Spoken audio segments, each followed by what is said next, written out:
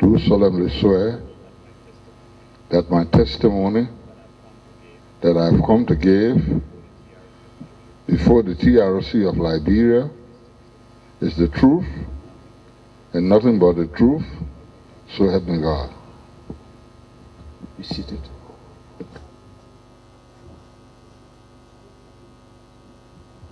Testimony by Welfare Clark, December 2008, at the TRC in Institutional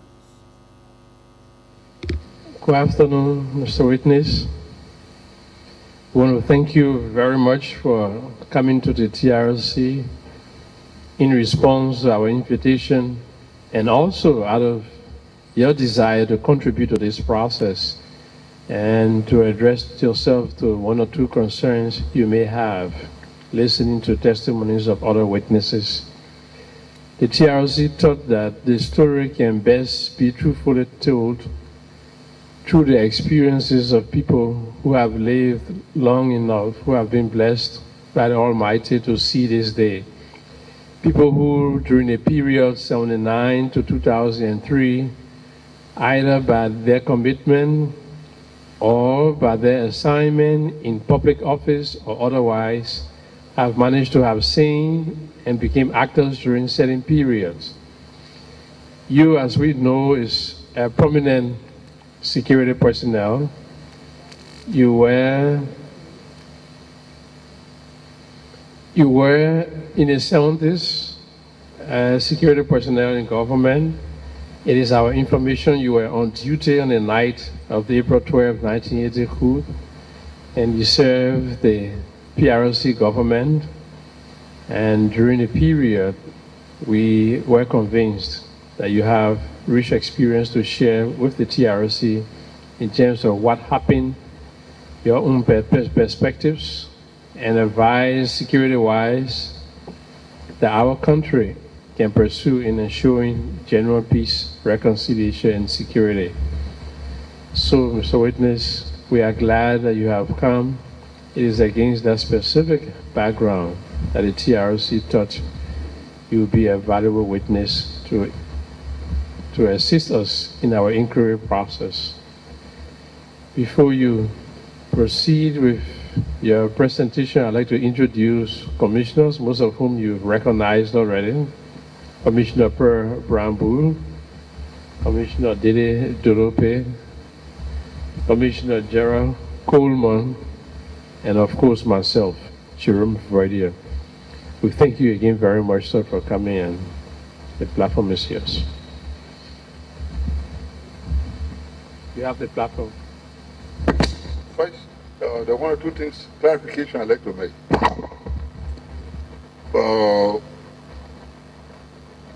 April 12, 1980, I was Deputy Minister of the Ministry of State for National Security. I didn't do guard duty at that time. I had risen above that type of assignment. So to say I was on guard or on duty is neither the coup April 12, it's not fact.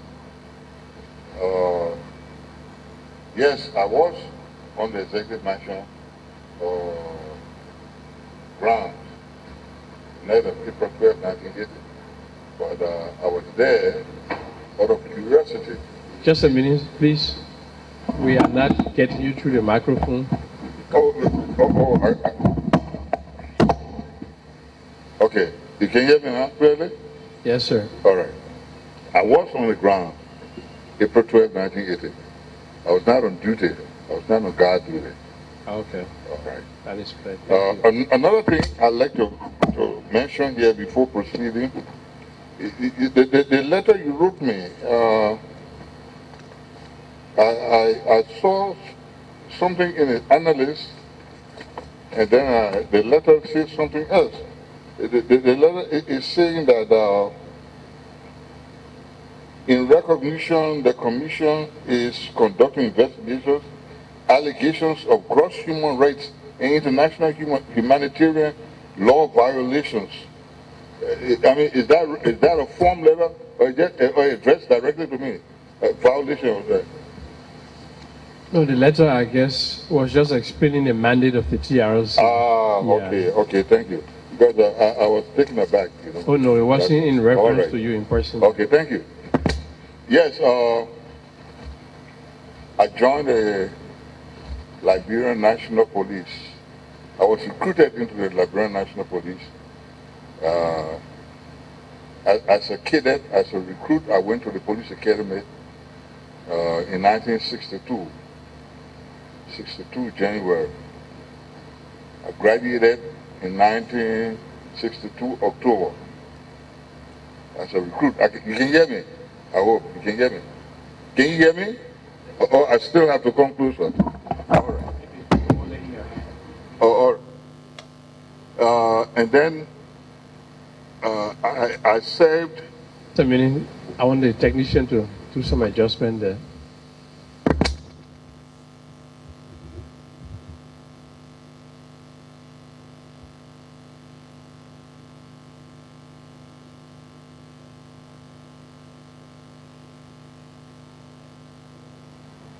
Testing 1, 2, 3. Okay. And then I served in the police, with the police at the police academy. And 63, I was transferred to the executive mansion police unit in those days, EMPU. I served 63 to 1977. 1977. During that period, I rose from the rank of private, private to chief. I became director of SSS in 1966, I think. And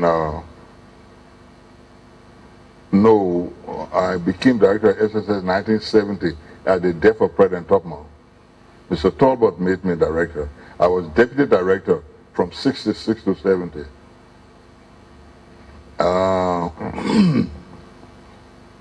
And 77, I was elevated to the position of Deputy Minister of State for National Security. Then the coup occurred in 1980. I was imprisoned for 8 months, 23 days. I served some time at Post Starkey and Camp Bella Yala. I was released December 1980. I worked for the B.F. Goodrich, then or Guthrie, for a while.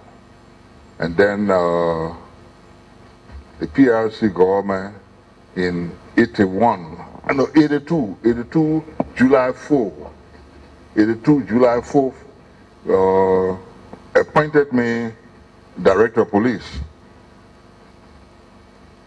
82, July 4th. I served in that position until May 29, 1990, when I resigned. I resigned and unceremoniously left the country. Okay, so in brief, that's the history of my service.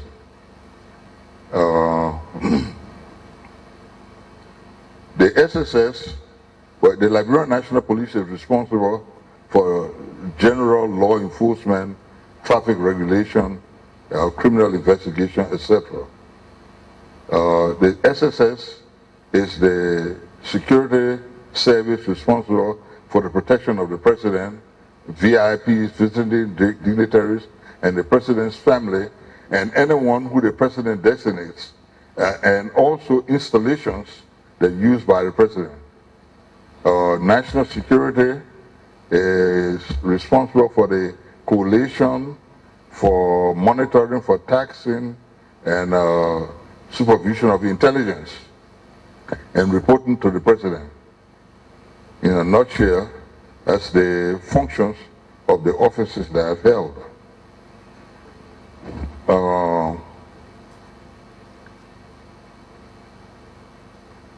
I I served, as I say, from 60, I joined the police force from 1962, and except for that brief period, 1980 December to July 4, 1982, I served up to 1990 May 29. Now I will be pleased, and then I came back. Then I came back in 2003. 2003 November, I can say November ending or December. The NTGL asked me to come and assist them with the security.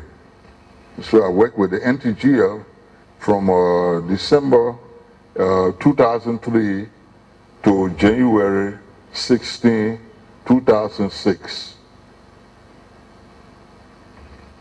I served as advisor, national security advisor to the chairman, the NTGL.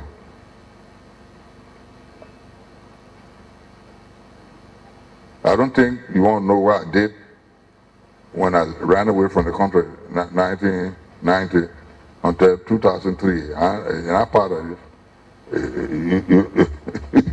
You don't want to know what I did to survive, to sustain myself and my family. I don't think any interest of yours. No, if it is related to national... See what? If it is related to national issues... No, international. If it's purely private, then... International, not national. Okay. International. Then that's fine. Even beyond 2003, we may not be interested. So, perhaps you have questions you want to ask me during my service in the security and law enforcement areas of the country. I avail myself to answer whatsoever queries you may have. We certainly like to ask you questions during this period, but prior to that, we thought you will share a couple of experiences with us. There were a lot of events that occurred during that period, 1980 straight up to 1989. And then the night of the coup, 1980, April, as you said, you were in the executive mansion. What was the experience? We've had a lot of theories about how the coup came about, what happened on that fateful day, and all of that. The commission will want to benefit from your experience, if you don't mind. Well, the 1980, the coup, most people confuse security. They think security is protection, close protection. You got various career professions within the security apparatus. Security, you got protective security, close protection. Security, you got counterintelligence. Security, you have intelligence. All of these are security, but they're different and professions. Now, my position in the Ministry of State from 1977 to 1980 as Deputy Minister of National Security dealt with intelligence and not with protection. So April 12, 1980, I was not an SSS officer.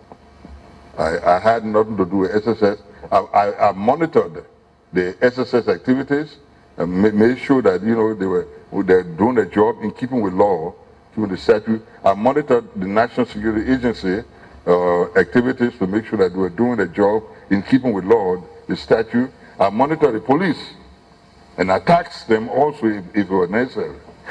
So when we heard the late Patrick Minicon and I worked together, when we heard that the mansion was under attack, we went to the mansion that night, the both of us.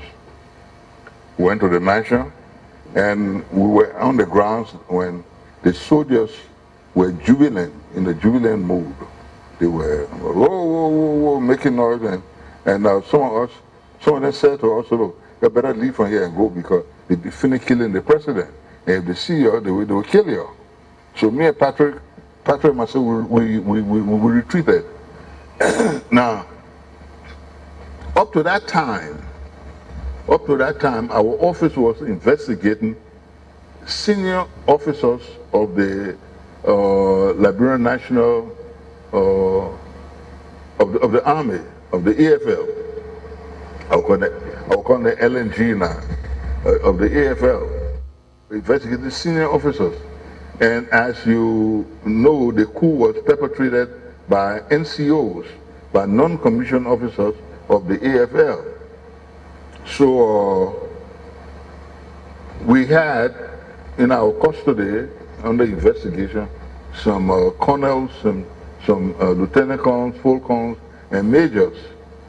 When the coup occurred, the first action of the perpetrators was to issue orders that no NCO take orders from COs. No non-commissioned officer should take order from commissioned officer. Commissioned officer is from the rank of second lieutenant upwards. Non-commissioned officers, privates, private first class, corporals, sergeants, the ranks of sergeants, up to the master sergeant, staff sergeant, etc.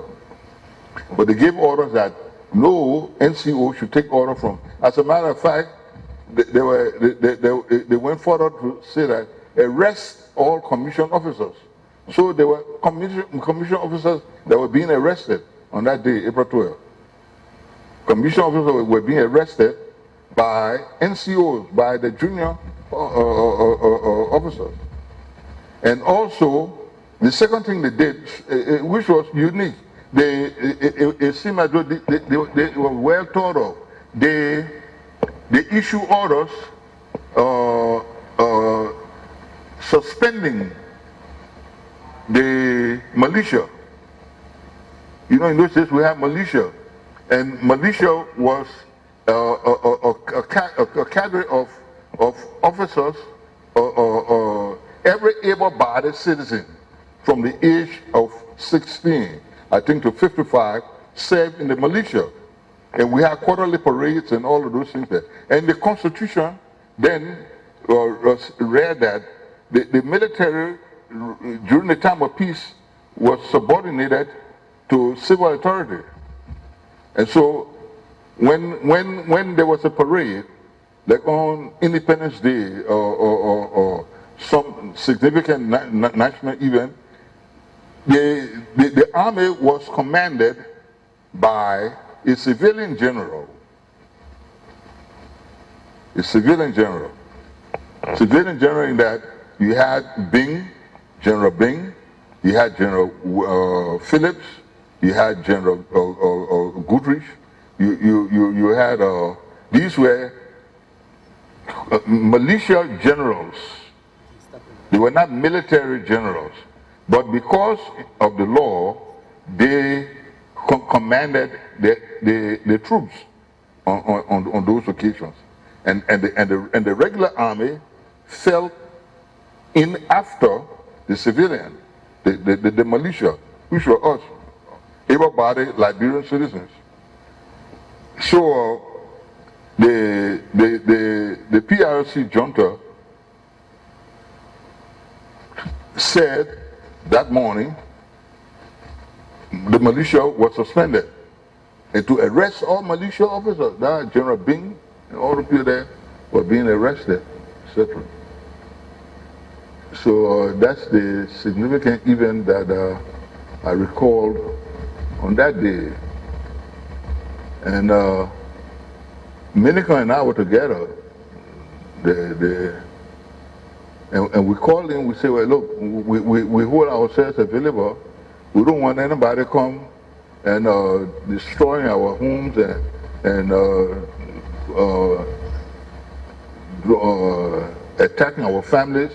We are not in hiding. We are ready to surrender.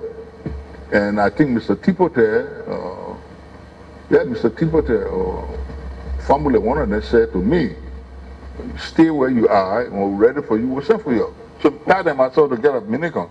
I call him Pat, my colleague, we work together. So we're together. until I think, well, some days after, a week or so after. And so here at the Ministry of Justice, we came to the Ministry of Justice every day because we wanted to protect our families.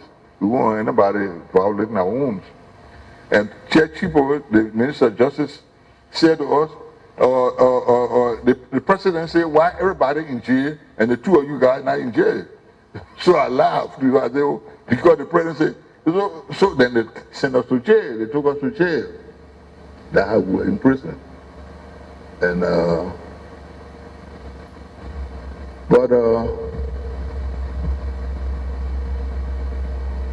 I went to the tribunal. I was the only security officer that went to the tribunal, to the St. Quentin Court or Kefla Court. And well, they asked me many questions, and I tried to respond to the best of my ability. But there are many violations, there are many things that occurred. The Tory Party had come into power in the late 60s, 1860, and they came into power as an opposition to the government, to the ruling, I think, the Republican Party at the time. And they came representing the underclass, the underprivileged people. And from that time, this 1860 up until 1980, they had somehow veered from the platform that or the goals that they had set for themselves. And so the coup occurred. That's history. Now, as I say, I went to jail. I came out of jail. I served in the private sector for a while. Then I was called and commissioned, appointed chief of police, director of police. That's in the PRC government. And then the Second Republic, 1986, I was reappointed director of police.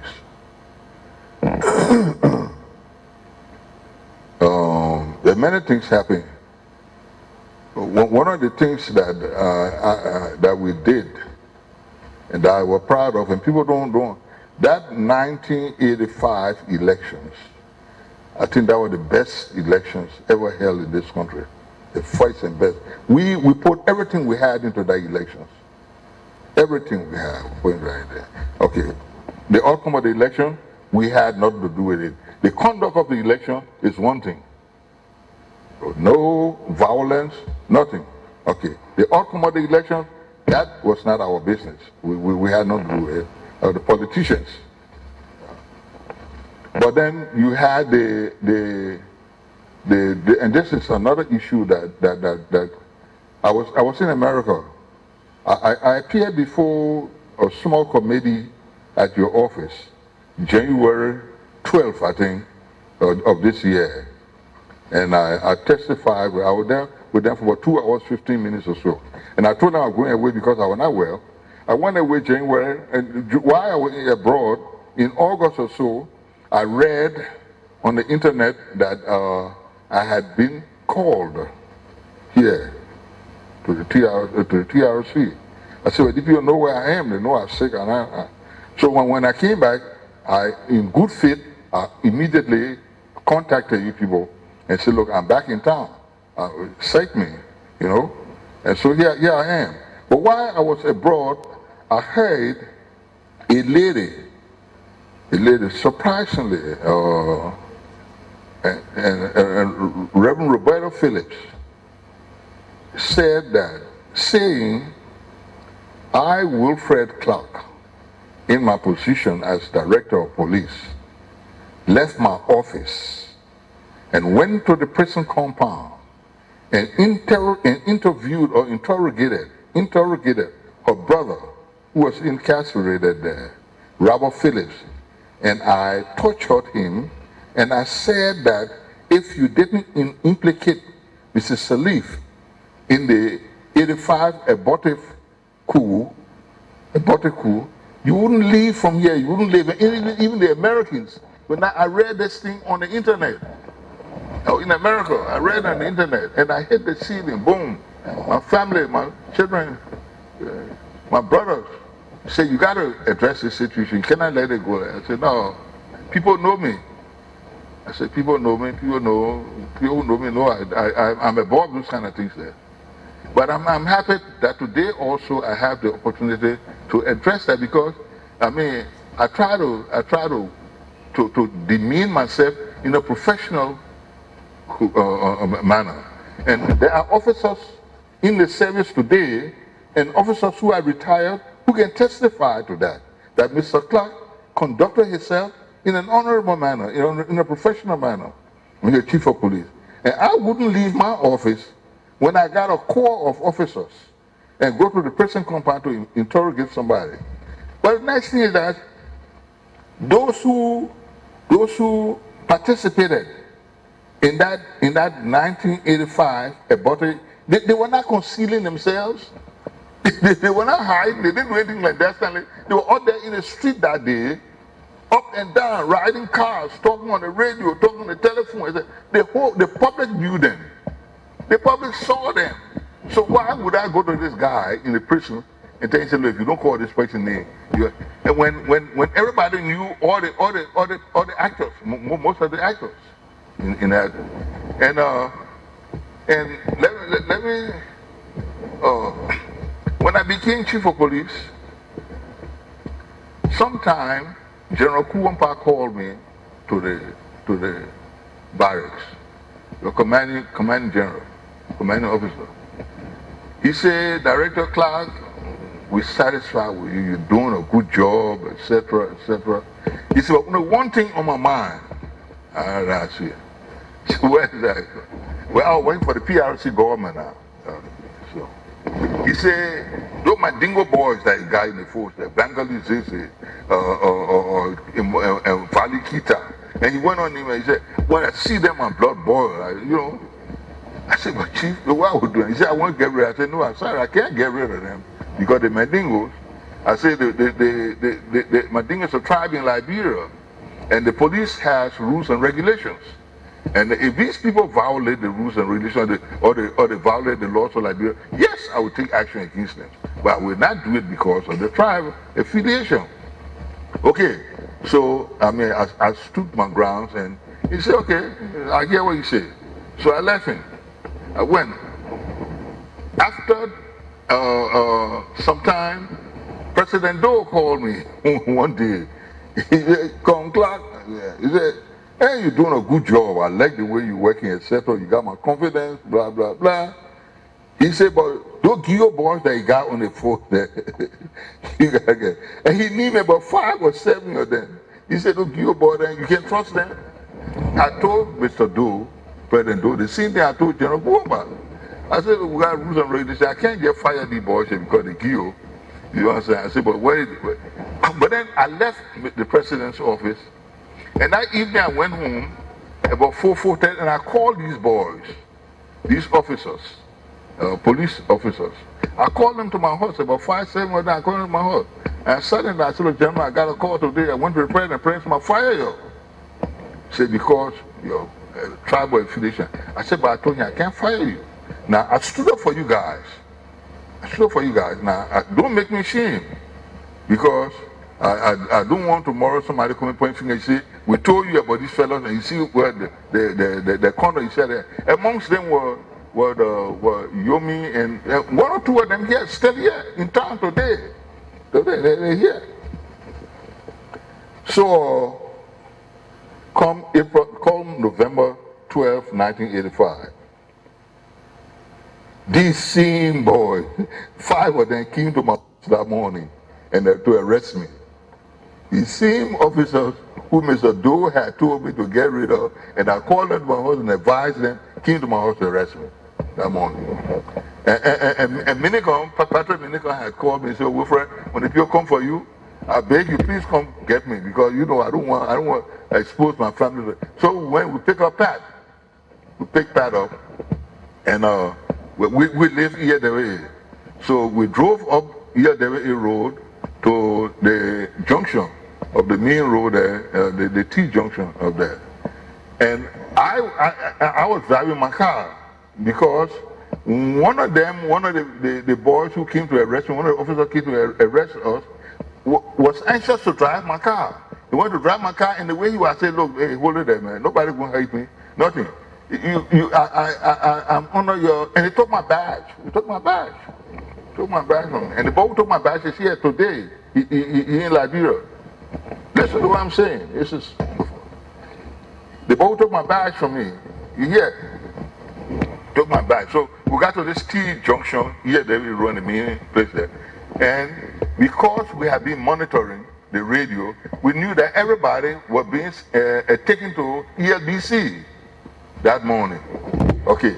I put on my signal light left and right to make a right turn to go. Yeah, he said, no, let's go. We'll take you to the mansion. I was driving, so I put on signal light and I came down, Topman Boulevard. We drove, the traffic was clear. We drove until we got to City Hall. Boom. We were stopped by armed men, jumping in the road, blah, blah, blah. So Pat and myself sitting in the car there. And who there, Brian? They start opening the door. I say, hey, hold it there. What happened? No, chief. They didn't recommend. No, chief. What happened? I said, these people here arrested us. He said, chief, ladies here, the public, we deal with these people. I said, no, nobody deal with anybody. These are my officers. They came to arrest me. Okay, you people say, well, they say where they carry me. I said, they carry me to the mansion. All right, chief, but you don't save their life. So we got my car. We got back in the car. We drove to the mansion. Got to the mansion. I went upstairs. I met the president, patted myself, talked to the president. I came back downstairs. I took this boy to my office. These are officers under my command, governed by rules and regulations of the Liberian National Police, the Code of Conduct, Code of Ethics, the laws of Liberia. You understand? And I protected them. All this thing happened on November 12, 1985. Now, if I did that to my officers, and they are still living today, except for Yomi, who acted foolish, during the Taylor time, they killed him, etc. Okay.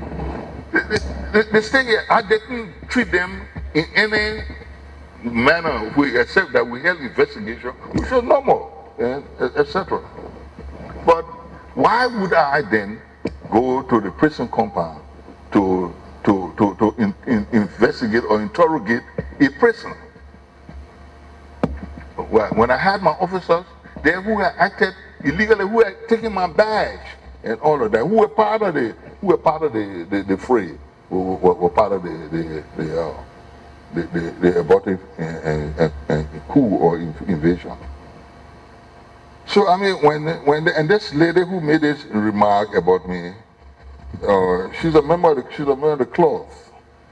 So Reverend, I say, well, it just for my name, because my name I mentioned it, but as I say, there are men and women in the Liberian National Police Service today and retired who are here in this country who can testify that I was above those kind of things, and the Liberian National Police were not involved in no kind of investigation.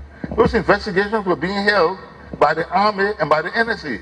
They're not being held by the police. You see? And what is funny is that this day, November 12, my boss man's birthday, that Jiggins Scott birthday. This is the Minister of Justice. And they stripped Jiggins Scott naked and walked him through the streets here and took him to BDC. Police officers did that. Police officers did that to our chief. Minister of Justice is the chief of police. He's the chief law enforcement officer of the country. The Attorney General, the Attorney General or the Minister of Justice, whosoever you want to call him, is the chief law enforcement officer of the land. And this man was stripped naked on his birthday, his natal day, and walked through the streets carrying him to BTC. My officers did that. You see, and we did not do anything. We didn't kill any officer. I protected them. Okay. So when I found out that the force had become so divided by tribalism, and I couldn't manage the force. Honestly, I found my authority being eroded. So that and other serious violation of the law, the public were suffering because of these ethnic differences. The public were being victimized. So I resigned, and I left the country. So in a nutshell, that covered my service during that period from 1962 until 1980. No, until 1990, May 29. Okay. Then, as I said, I came back in November 2003, ending November, and I worked until January 16, 2006. Now, again, in the beginning, I said I avail myself to you all. Any questions you'd like to ask me as to my conduct or to my service or what people have said about me, etc. I am here to try to the best of my ability to address those issues that concern to you.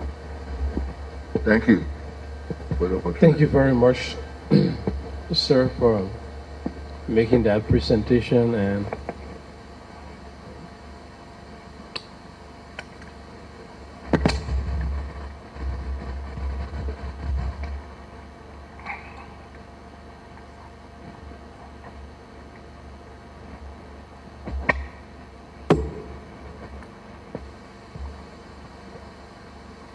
okay, we want to say thanks for the presentation. And as you said, we'll move into questions.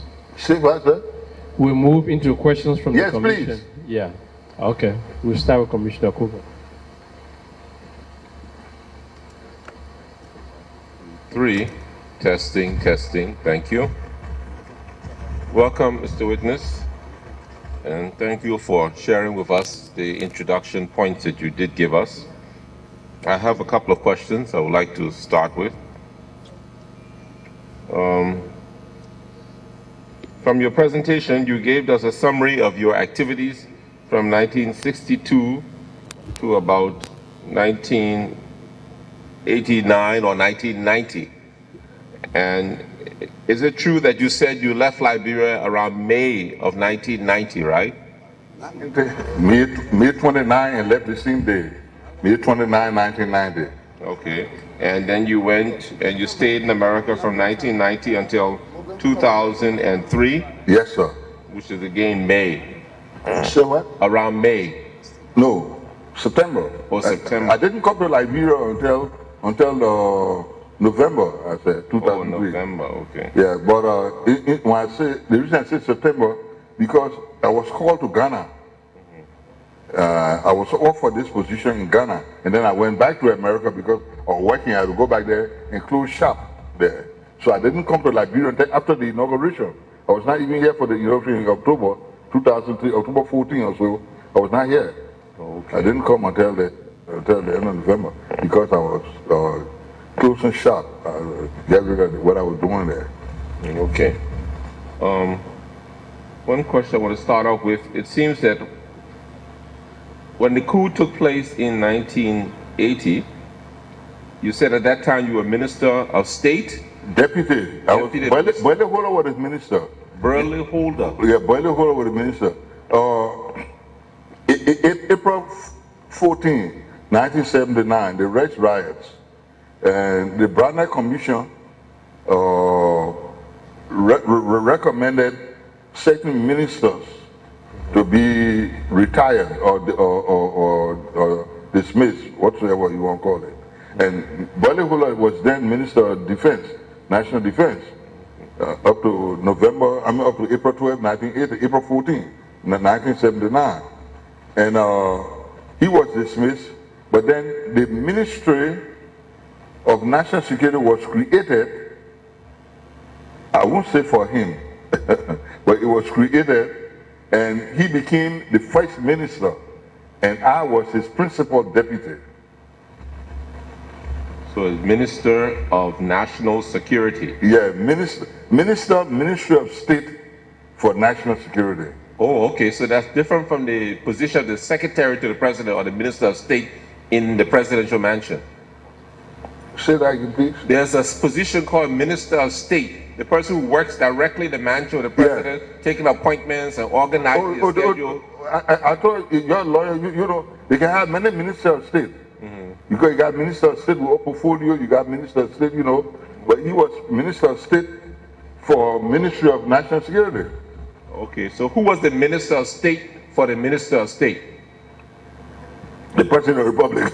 No, I mean, besides who was the next person to the President in the mansion? Oh, in those days, who was it? Was it Reginald Townsend?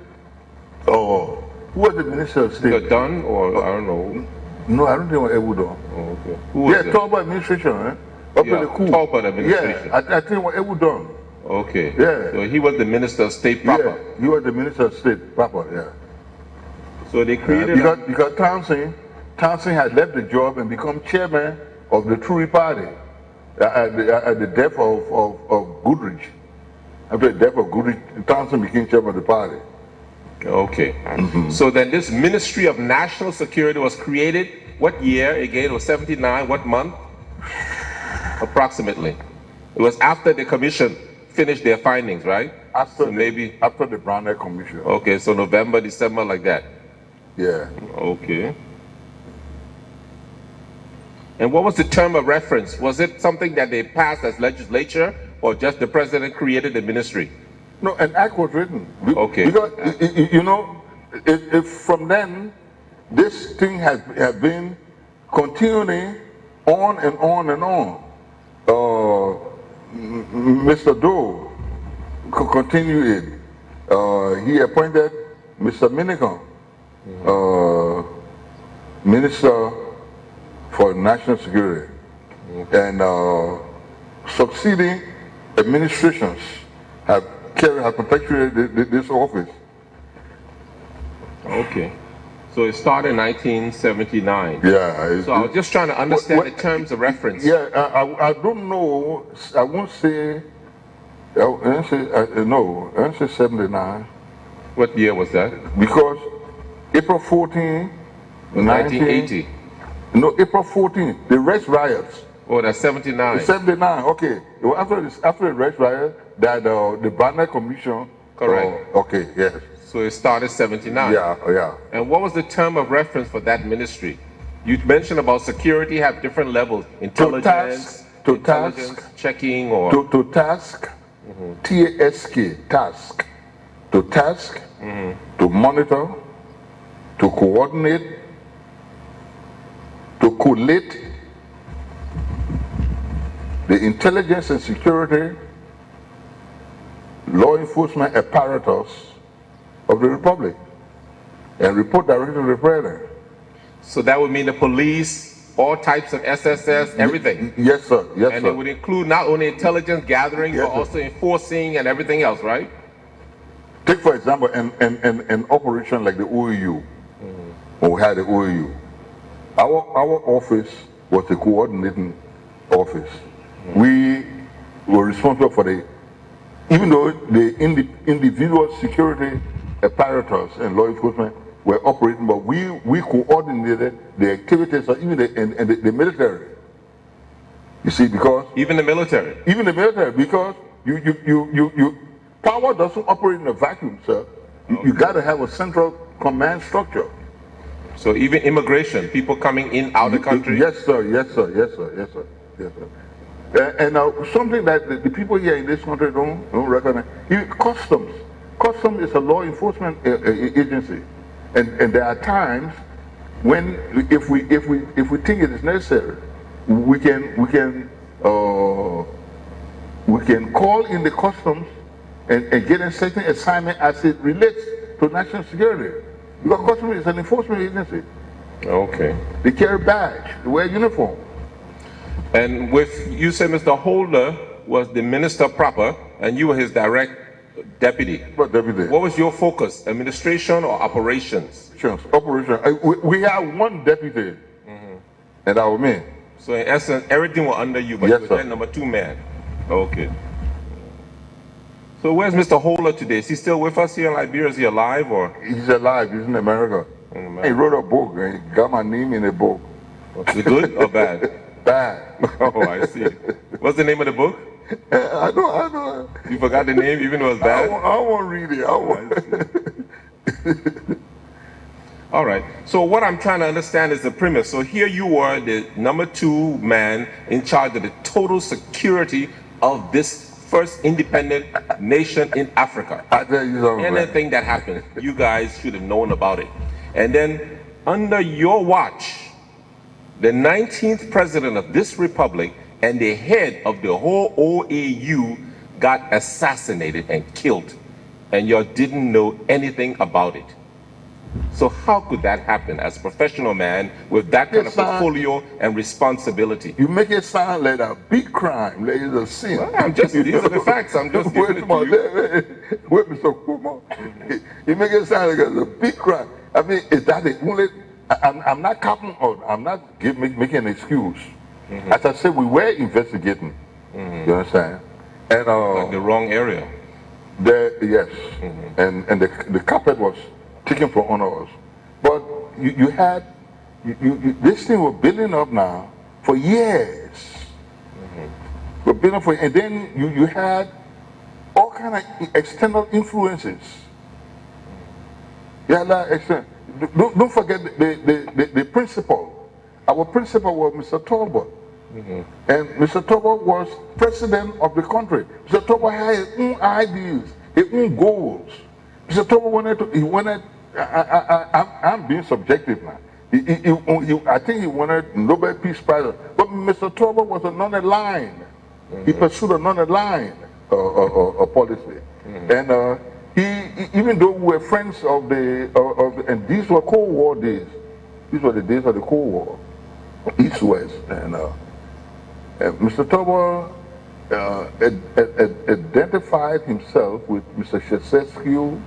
He identified with North Korea and what they call the people say North Korea, because we had with the PRC, you know, we had Taiwan in Hapa, the Lipsuko, the sugar factory, and they had to close down Taiwan, and the PRC came in, the People's Republic of China, and so he was pursuing a non-aligned cause, and like I was saying to somebody yesterday, during the time of Ian Smith, Southern Rhodesia, and the war for independence, we raised money. The Tower Administration raised money. Every Liberian he requested every Liberian to contribute $1, and we raised something like $641,000, Liberian dollar. But then we had parity 1-on-1, and we converted to US, and we went and presented it in Libreville, Gabon, to Mugabe, Mushuriwa, and Nkomo. So we were pursuing that line of non-alignment to the dissatisfaction of some of our traditional friends. Like America? I don't know. I'm speaking. Okay. The dislike of some of our traditional friends, and so even when Mr. Talbot visited the United States, his last visit to the United States, I think, was in February or March of 1980. He visited the United States, and from there he had planned going to Havana, to pay a visit to Havana, and Cecil, the foreign minister, Cecil then had gone ahead But I was in national security. I was in Monrovia. I didn't travel with. In my position at national security. I don't travel with the president. I was not a president bodyguard, SSS. But I know Cecil had gone ahead. But the United States government refused for the president to leave the United States and fly to Havana. So you know, you go back to Liberia or go somewhere else, somewhere neutral place, and then you can go to Havana. But you cannot fly from here to Havana. All of these things that were Mr. Talbot. So, when you say that you national security man, the 19th president of the country, the oldest republic, you sat down there on your laurels and let them, they had things that were building up to that. Besides the domestic politics. The domestic politics. The Tree Party had come to a place where, as I say, they had lost their goals. Don't forget now, everybody was someone what Tree Party. Tree Party had educated people. Tree Party had created an army, a professional army. We had Liberians that had gone to Command General Staff College, that had gone to Fort Benning, Fort Bragg. Except the American military mission was here. We had a well-trained army, good officers, and I know, qualified officers, and they were here, and we were sending people at the same time to Romania. We were sending people at the same time to Eastern communist East Bloc countries for training. I was sending people there also. I had relations with the Interior, the Minister of Interior. I sent police officers, I sent handwriting experts, all those kind of things. We sent them there. We're benefiting from those programs. And we incurred enemies because of those national policies and our domestic problems. So it was something that, and we're not God, Mr. Como, look, I don't want to name country, but incidents that just happened just over the weekend around us in the world today. You can see that security is not a total entity. It has weaknesses.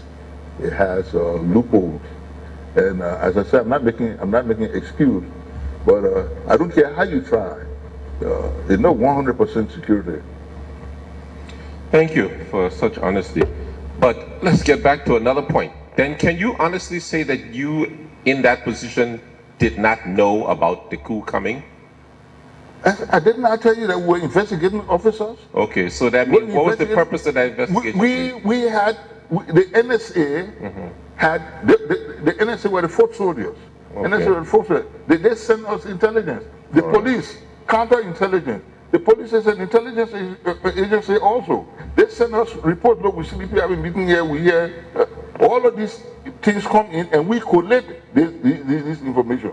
But if we were not so, we wouldn't have had these officers that were investigating it. But the NCOs took the carpet from under us. The junior officers, while we were looking at echelon, top-ranking officers, the NCOs, the sergeants, the corporals, came and surprised us. As an element of warfare, surprise, eh? The late Jabo, who was he? Major. He was a major. He was a commissioned officer. Jabo got killed because Jabo was with the government. He was a commissioned officer. He refused to join it. He refused to join the coup makers. But yet we heard that he was plotting one himself. I don't know. I don't have no evidence because Jabo and myself were together up until about 5 o'clock that morning. Okay. You were with me. So who were the key people that y'all had suspicion of carrying out this coup that you were investigating, and why? Because you said you were focusing on the commission officers. So did you get some intelligence that these commission officers were planning to overthrow the government? These people were in jail. They were in jail when the coup was called. Also, but wouldn't you think that here I am a commission officer and I'm planning something, and then I know I'm going to get caught and put in jail. Don't you think that command could have gone down to a non-commissioner and say, look, in the event you see me in jail, you'll take over? It doesn't work that way, sir. It doesn't work So that your way. intelligence showed you that wasn't it? It doesn't work that way. So it was like an independent motivation of the non-commissioned officers that made them decide to stage a coup, not the connection. Again, you jump the gun. You see, you jump the conclusion. No, I'm just trying to understand. No, please, sir. You jump the conclusion that because I don't know what motivated. I don't know what was the motive, what inspired these 17 so-called 17 men. I don't know whether they were instigated from external forces or what. I don't know. I can't say that. So your intelligence didn't give you any information on that level? I went to jail. No, that's the aftermath, but before. Yeah. No. Because I always been pro-West. From say I know myself, I've been all over the world. I always use American dollar. Any country I go to, America, it never failed me yet.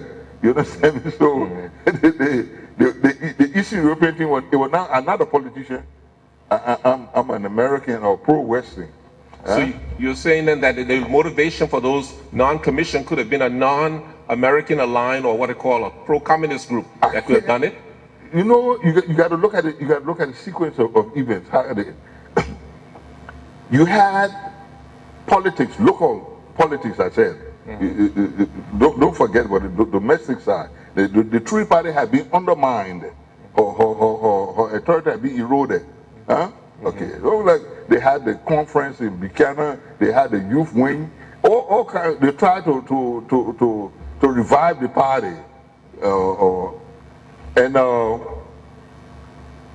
so also we, the security apparatus, had socialists leaning Liberians, Moja people, Susuku people, PPP people. We had them in jail. We're investigating them also. We had these people in jail. Okay. Now, look at what happened. April 12, 1980. East-West conflict. You had the Eastern Bloc, you had the Western Bloc. Mr. Reagan, 5-7 days after the coup, boom, he throws in $500 million. $500 million, he get a PRC government. $500 million, nobody couldn't do it. Russia couldn't do it. Czechoslovakia couldn't do it. Romania couldn't do it. So he swept the rug from under the feet of those socialist people. The so-called progressives. He took the carpet from under them. So they turned around. They began to work with Mr. Doe, with the PRC. Then you had to neutralize. I'm in jail now, and I'm making all of these deductions. Yeah, listen to me now. They had to neutralize. That's how come you got the Western faction being eliminated. That's how come you got some of them, or the so-called progressive, leaving the country because they couldn't find a way in this new political environment that had been brought into being by Mr. Reagan quoting Mr. Doe and Kuwamba, that group of moderates in the junta. You follow me? Yeah, I'm following. Okay, all right, good. I hope I answered. No, thank you. I appreciate what you're saying. I didn't know you brought me here for all of that. I thought this is all of these things now that are my professional my professional judgment and my professional deduction rather.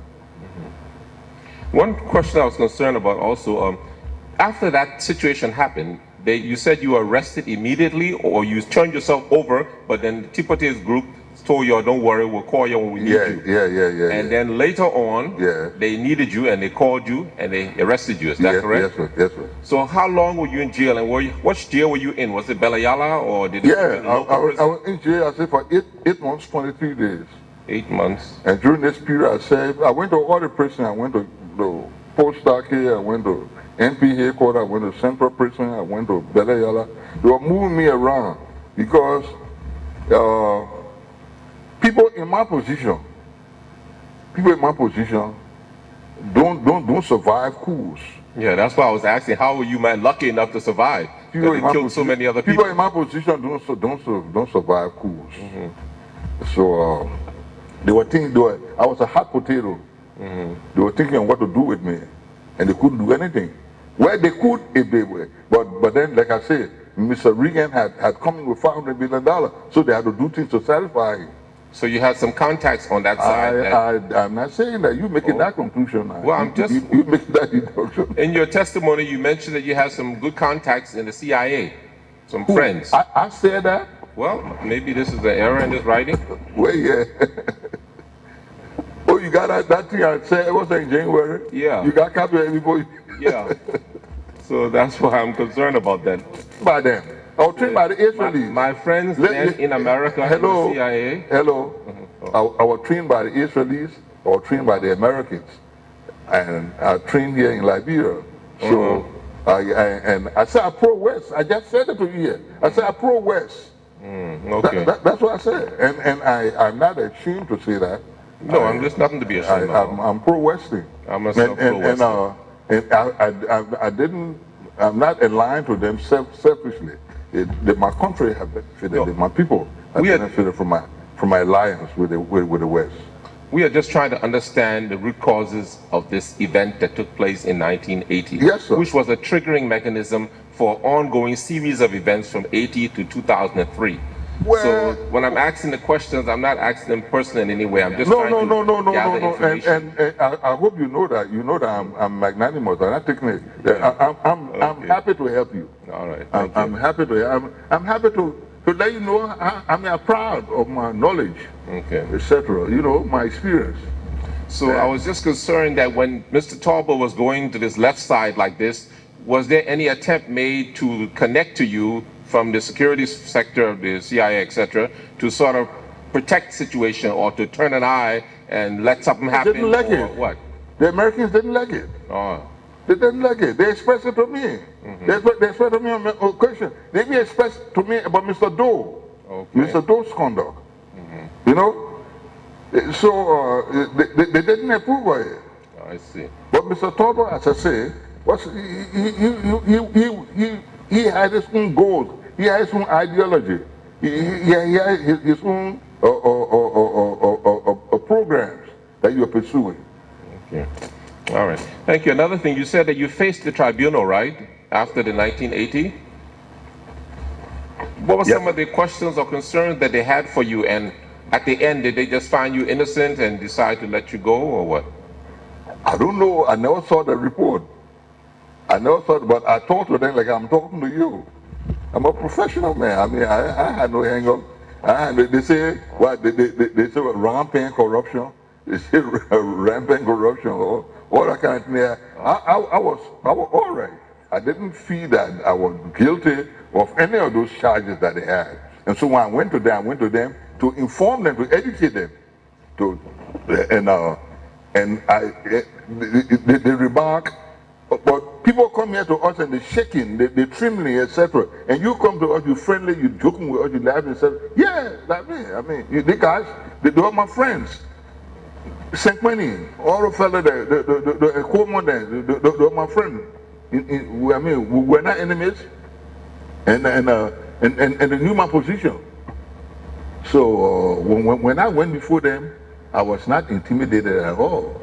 No, I understand that. I was just trying to get information of what they were looking for those so-called guilty people that they wanted to kill because they were corrupt. One of the questions they asked me, you work for 2 presidents. What do you think about the coup? Was it justifiable or not? I said, to say what justified, I'm a lawman. No coup justifiable to me, period. The first thing. But inevitable, yeah. The coup was inevitable. But it was not justifiable. I know that to change government, you got to go to the polls. You can't change government with violence. Because I respect the law.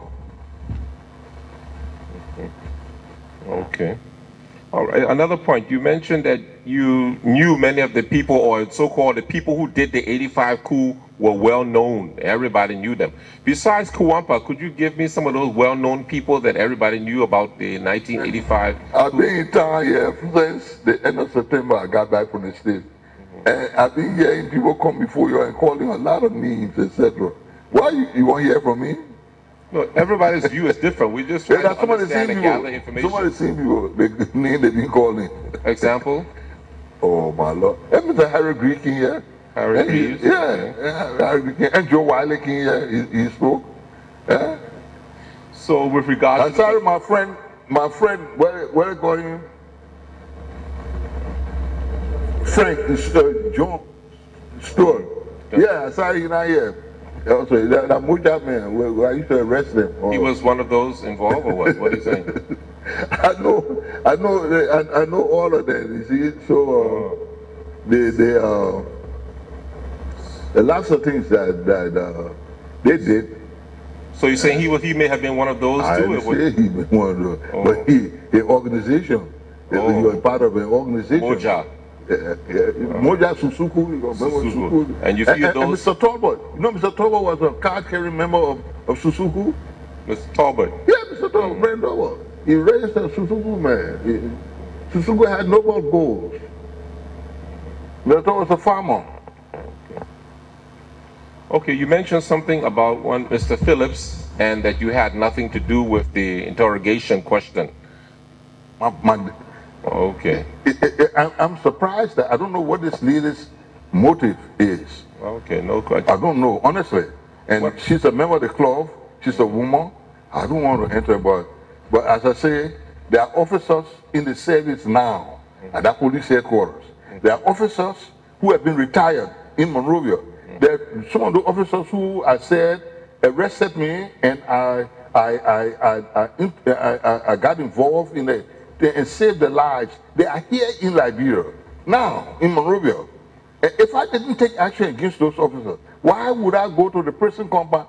Look, my friend, I try to respect myself. As chief of police, I demean myself in a way that my officers had high regards for me. I conducted the affairs of that office in a professional manner. And I'm not hooting my own horn. Ask them. Ask people who work with me. Ask the public. That's how I dealt. I respect the rule of law. I respect the code of conduct and ethics of the police profession. I wore my uniform with dignity. And when I couldn't wear that uniform with dignity, I resigned. Okay, the question I want to ask was, in your opinion, was there anything that the Truth Party had on Mr. Phillips with regard to involvement in the '85 coup? The Truth Party, the PRC that made them put him in jail? The PRC. The PRC. They had something on him with involvement in the coup that made them put him in jail? A lot of them were arrested. Okay. Because they didn't hide. They were not in concealment. They were up and down in vehicles that day. I mean, they were open. And it just happened that it snapped, it backfired. That would say it was aborted or aborted. Okay. You see? Okay. They were not hiding, they were not clandestine. So around that time, you hadn't been put in charge of the police department yet, right? No. During that time, the '85, when this coup took place, the failed aborted coup, you were not with the police department at that time? Yeah, I was chief of police.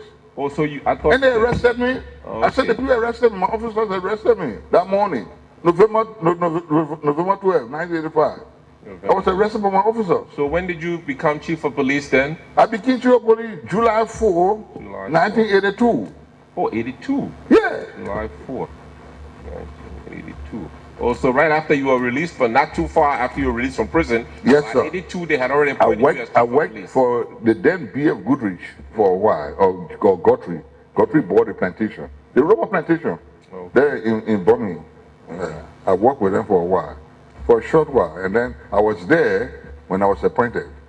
So then, as chief of police, you were the key man in town that could know all the details of those potential people who were involved in that coup, right? I was in charge of law enforcement. I was not the key man. I was in charge of law enforcement. Correct. That's And, what and you had the NSA, intelligence apparatus. You had the Ministry of National Security, intelligence gathering. Yeah. Okay. The police were responsible for day to day, and yes, we monitored radio communications. We monitored telephone communications. We saw actors, people who were, and they were not hiding. As I said, my point I'm holding is that we were at no time involved in the investigation.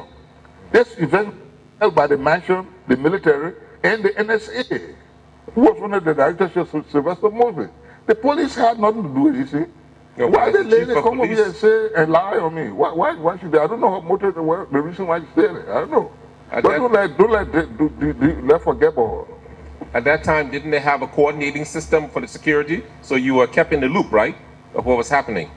No. They had, but it didn't kick in. It didn't come into play. There were no joint security investigation. No, there were no joint security because my chief was affected, and in those days, the joint security was the Minister of National Defense. The joint security, the coordinator was Minister of National Defense. Okay. Don't forget now, this is a military government who served it. In the 1985 military, the military turned to civilian 1986 January. Okay.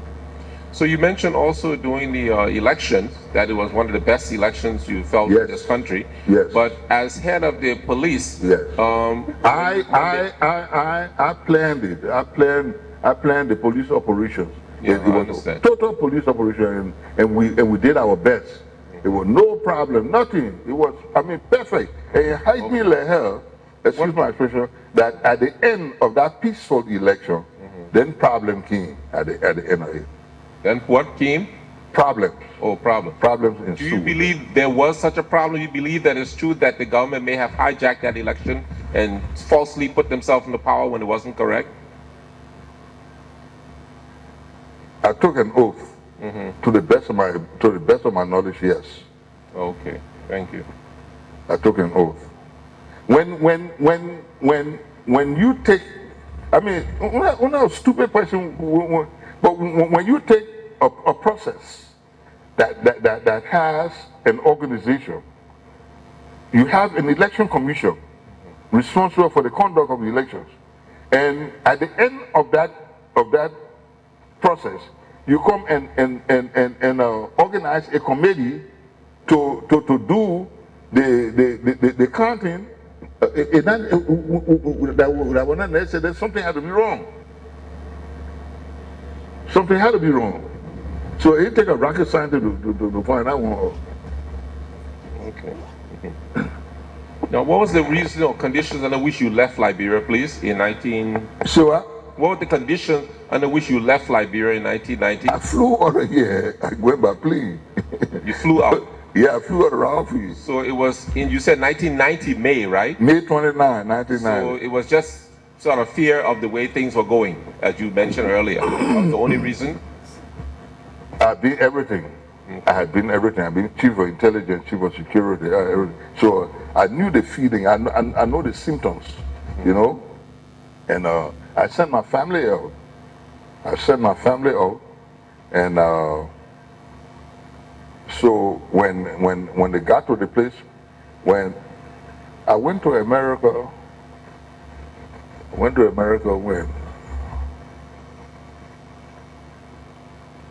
I went to America, I think in April, March of 1990, I went to America.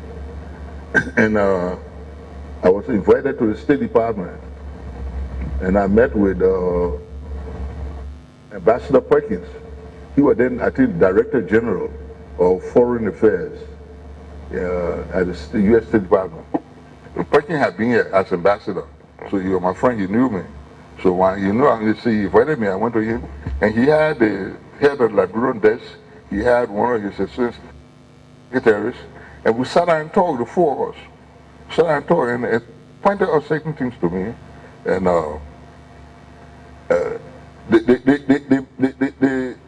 they identify, one of the things they say, look, you say that there's a special relationship between the United States of America and Liberia, but then you don't behave that way. You know, President Bush, Senior, George Bush, had sent Vernon Walters, General Vernon Walters, as a special emissary. He has sent him here to see Mr. Doe, see President Doe. And President Doe had said that, look, you ambassador, when you come to talk to me, go talk to my foreign minister. You see? So he refused to see the man. And it was the president's, and they had all these things to tell me. It's a slap in the face of the president. President sent his special envoy to his colleague, and his colleague refused to see him. You know, it's a slap in the face to the man. And so many other things they mentioned to me. And when the only reason why they told me those things, because they knew that I was going to tell the president. And when I got back, I went and told the president. Fortunately for me, 2 days after I got back, my boss, the Minister of Justice, had to go to Bond Mines meeting in New York. So I called Ambassador Perkins. I said, look, Jenkins Scott is in the States there. Let me get Jenkins Scott. Why you don't see him? So he said, okay, let me check. He checked and he formed a schedule on his itinerary to fit Jenkins in. So I called Jenkins. I said, look, man, go to the State Department. Perkins won't talk with you. So he went there to him. I said, I told Ambassador Perkins, I said, tell Jenkins Scott the same thing you told me. You see? And he talked with Jenkins. So when Jenkins, after the board meeting for 4 or 5 days, Jenkins returned. Went to see the president, and Jenkins said, well, you know, he was the boss man, he was the Minister of Justice, Chief of Police. So he said, well, you know, don't mind the people that, Mr. President, they say, because they can't control you, so that's why they're making all of these erroneous statements, etc., etc. And then when I said, the president told me, he said, look, Clark, let me tell you something. When it comes to security, law enforcement, I respect you. But this is politics. Take your mouth out of here. I said, yes, sir, Mr. President. And I walk up. From that point there, I decided that I was going to leave because I didn't have anything. You know. So this meeting you said took place in what year? 89 or? 90. I said I went to the States in March 1990. Oh, and I left from here. I left from here May 29. No, what I'm saying, the meeting with Perkins. With the March 1990. Okay, good.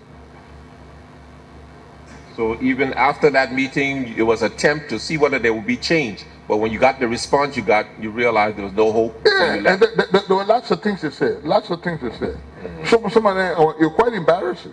Mm-hmm. Quite embarrassing. Please help us with some more information. No, or some of them confidential. Eh? I think it's necessary. Well, anything given to us what is public like this or in confidence helps us to get a clearer opinion of the reality. Okay, like when I was talking to Segmenti Code, yeah, they were questioning me like how you there. I said, look, for my position, I'm embarrassed because information that gleaned that I got them, and I took an oath of secrecy. Mm-hmm. I took an oath of secrecy. Okay. Besides taking the oath of my office, I took an oath of secrecy. That information that come to my attention, come to me on national security. And that second, I can talk to you perhaps in camera, you understand? But to talk to you publicly, say, my conscience, my professional conscience, will not allow me to. I won't feel good talking certain things. You see, I'm talking to you with a degree of hesitancy. It's not that I don't want to cooperate with you, you understand? But I can talk with you, in your office, we sit down, we talk. That's why I talk. That day, I had a 2-hour, 15-minute meeting with 2 young men. Mm-hmm. Yeah? Mm-hmm. And you got it, okay. But I understand. Remember now, at least please, All right, I respect that. Okay, I appreciate So that. what I Thank would you. recommend to the chair is to please see if we can invite you for a confidential meeting. Yeah, with the commission. and like I told you the last time, when my you call me, questions are I didn't finished. have the Coca-Cola, something like that. You just call me, you sit me down, told me for 5 hours, and you didn't even give me a Coke to drink. Yeah.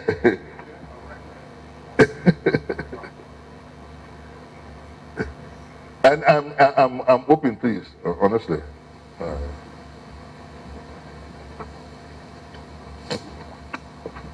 Good afternoon, Mr. Williams.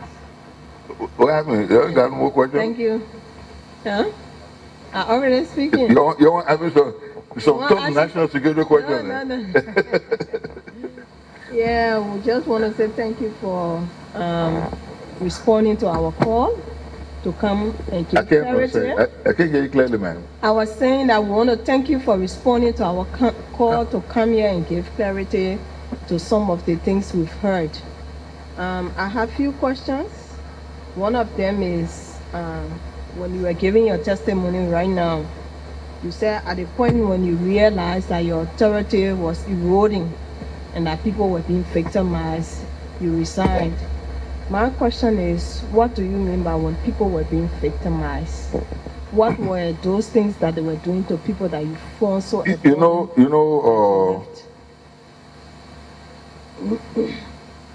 After the 1985 Ebola invasion, there was, I can say, witch hunting. Mr. Como, you leaving? But this is interesting, so you hear some of these things now. If you don't mind, I hope you don't feel bad because I say, okay, all right. And after the 85 thing, the factory side of the tribalism, I mean, it surfaced. The crown, the guilds, then later on, when Taylor came into the fray, the Mandingos were brought in, you know, and so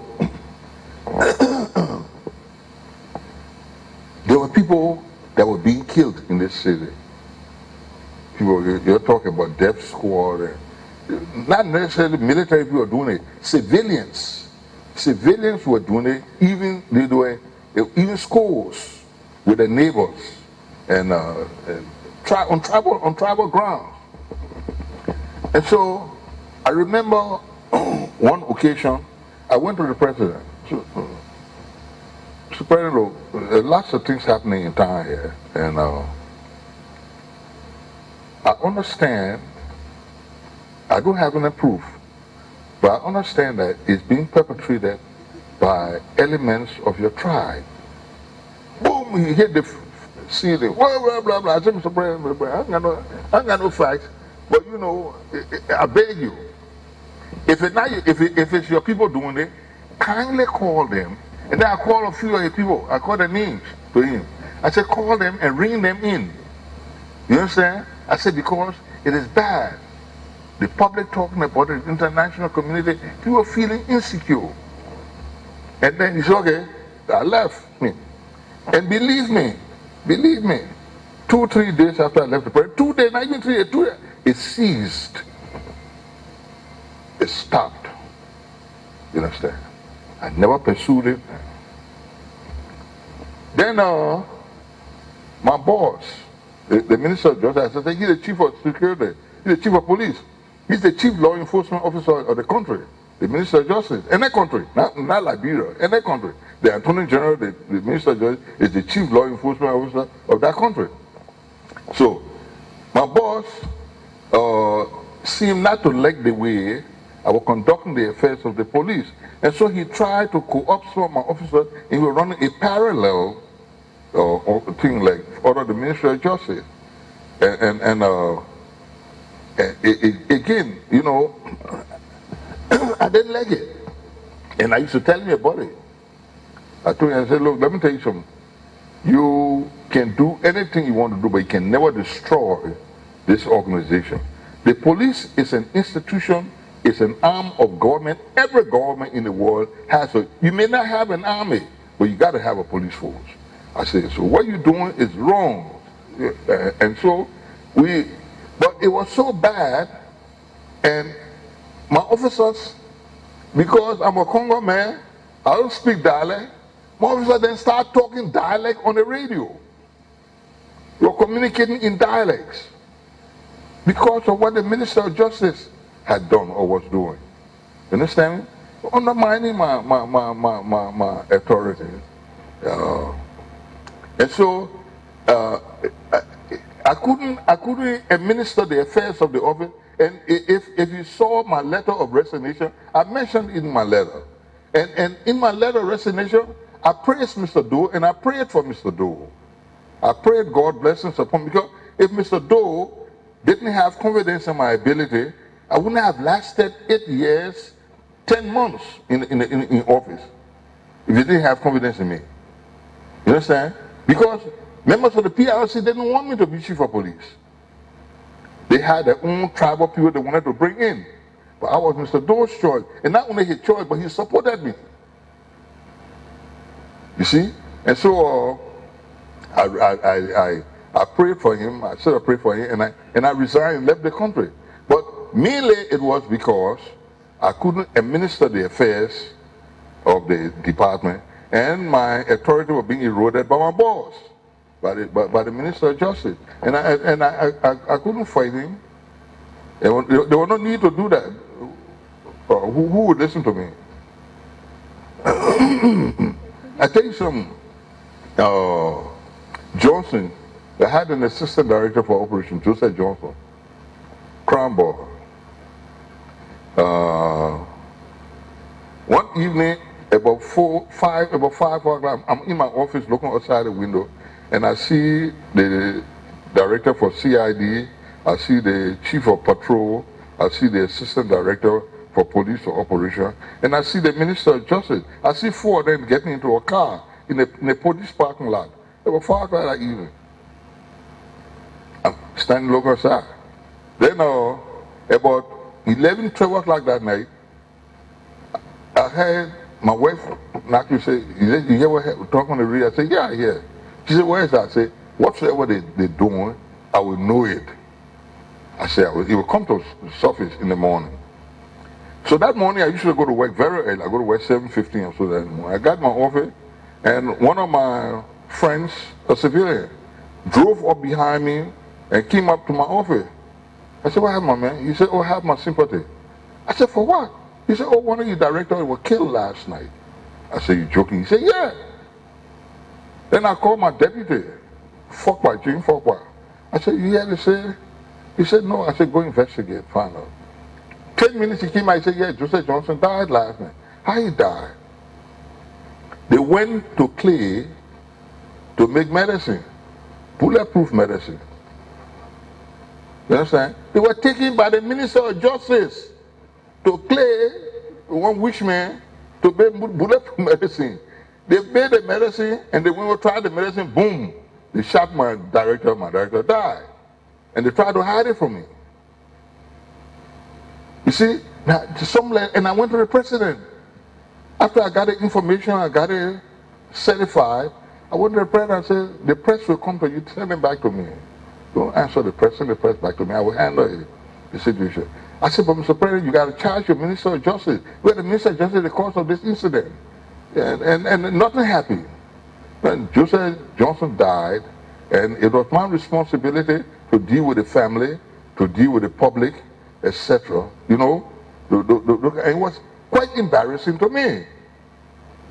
But I charged the officer. I disrobed my director of CID. Everybody who were there, who went with them, I disrobed them and put them under administrative suspension, and they were under investigation until I left the country. But I couldn't disrobe the Minister of Justice. You see, and these boys were influenced by the Minister of Justice. I think people who in time, in those days, I'm sure they know about this incident I'm talking about. Who was that Minister of Justice? Jiggy Scott.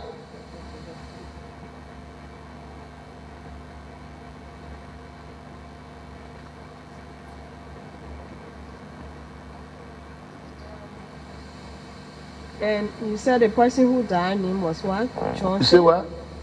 The person name, the officer name. Who were Johnson? killed? Yeah. Joseph Johnson. He was Assistant Director of Police for Operations.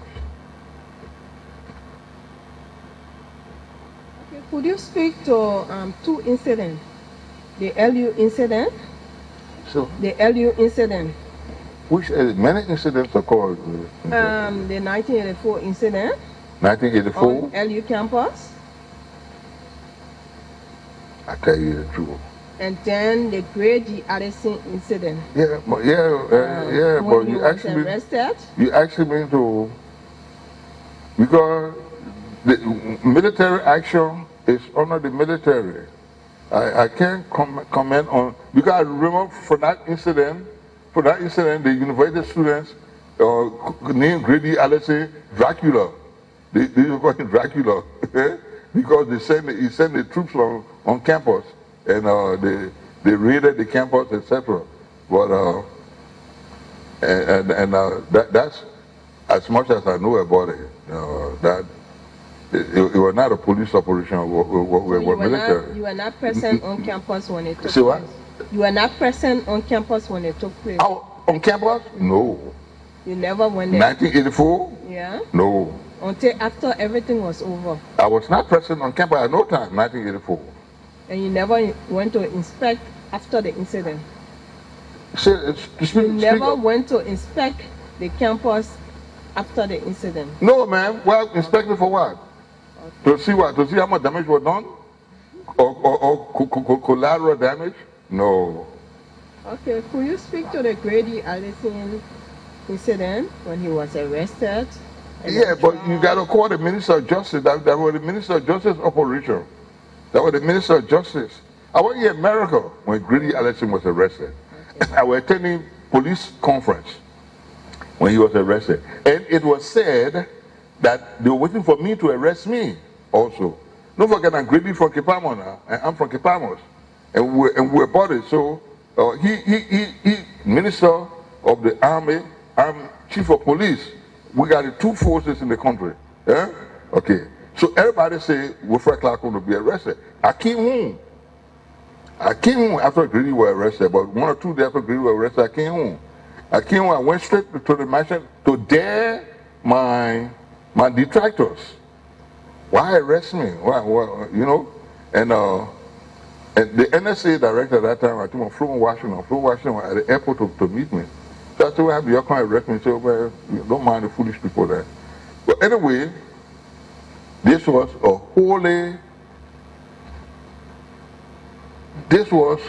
two ministers or two ministries colliding.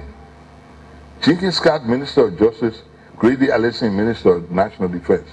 And Jenkins Scott wanted to be chairman of Joint Security.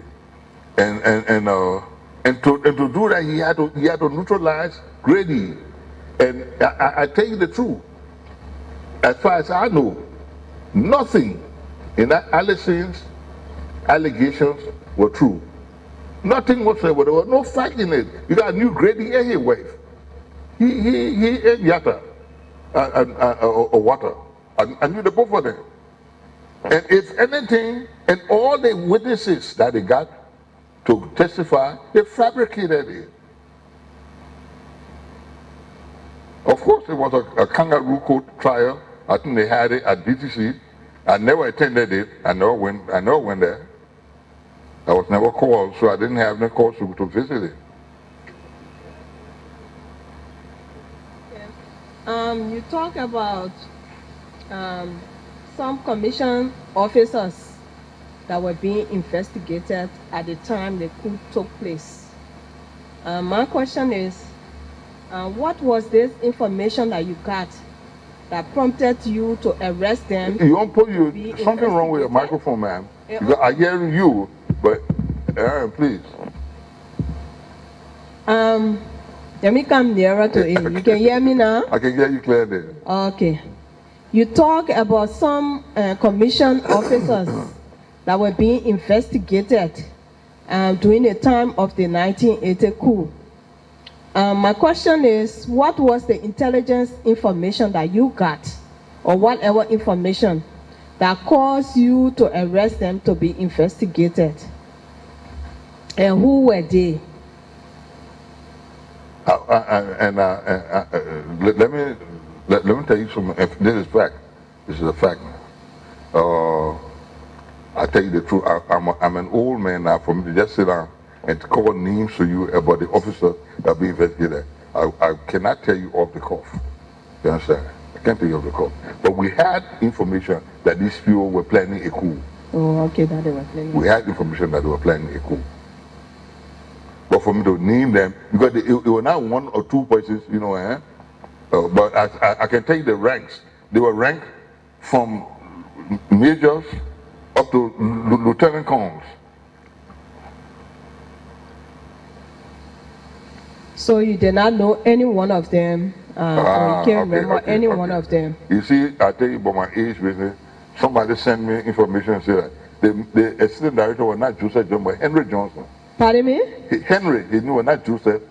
The assistant director of police for operations that were killed. Okay, He knew not Joseph John, he knew Henry Johnson. You see? I show you now, and the old man. Thank you very much. Henry Johnson, that's right.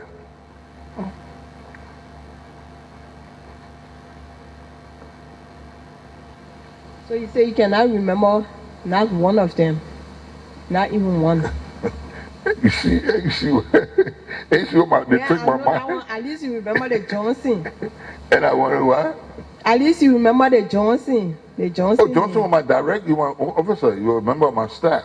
Oh, okay. How many were they? We had pretty near 4 to 6 officers. Of them.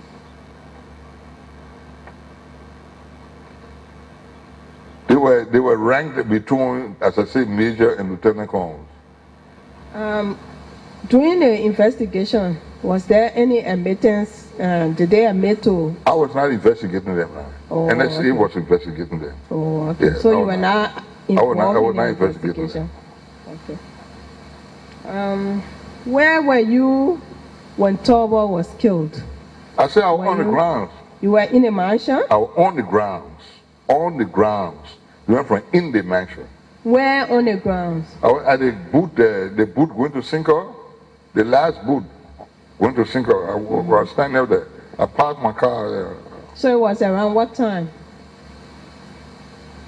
I had to be around about between 11:30 and 12:30. 11:30 and 12:30. Yeah, had to be. I can't be exact, you know, but between 11:30. Because Mr. Torba had gone all that night. He had come here. He had come here that night. They had some concert, Timothy Thomas, something like that. They had some concert, spiritual serenade or something like that. And as I said, I'm not chief of security, so I mean, I didn't attend the occasion. I was at home. And he had gone back home. He was supposed to go to Bensonville that night. When he got home, he dismissed his security and told them, well, I'm not going to Bensonville anymore. I'll remain here, you know. So what were you doing there at that time? I got called that the mansion, the president called me. Mm-hmm. President telephoned me, say that people were attacking. And I telephoned Mr. Minicon, Patrick Minicon. But Minicon were a team. We were in the service for dinosaurs. We were in the service for years. So we had a form of camaraderie. I called Pat, and Pat came and joined me. Me and Pat met.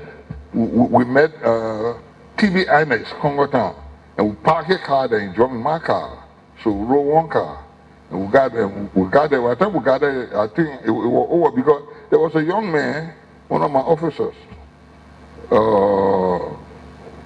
Boy, who am I saying? We were in the force together, and then I left. Gabriel Moore was talking to me on the radio. He was talking to me on the radio. He was on duty that night. He had come from Ralphie. He was talking to me on the radio, and then his radio went dead. And I said, to the pastor, I killed that man. Man, dead. So he called you just before he died? You were communicating with me, telling me what was happening. he was in a car parked on the second floor of the mansion. He couldn't get in the mansion because when he got there, the mansion would be attacked. And so he was telling me over the radio. He called me on the radio and talking to me. And then he went there. And that was the last communication I got from him. I told Pat, I said, they'll kill him there. So when they told you to leave... And Colonel, who were the commanding officer, I understand from officers there after the whole thing that I spoke to, that he was leaving his house. He lived on the compound, in the mansion, in the backyard there, the barracks. He was leaving his house there, going to the mansion, and they shot him right in the backyard. He hit one of the officers. So when the two of you got to the gate, they told you all to leave? Yeah, because the place was not safe. So where did you go? You went back home? No, I'm sorry. We did a lot of things that night. I said, one of the things, I think, Sokoma asked me about Jabo. I said, me and Jabo were together 5 o'clock in the morning. And so, you remember that part of it? I did a lot of things that night. Okay, along with Jabo? So what? A lot of things along with Jabo? No. We did a lot of things. Not necessarily with Jabo, but we did a lot of things.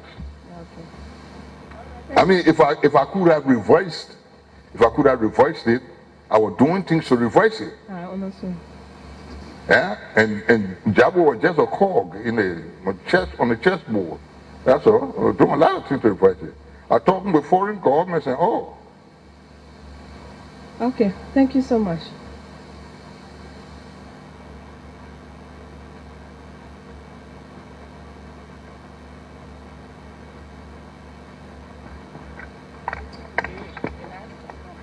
My light coming on red. That's what's supposed to be.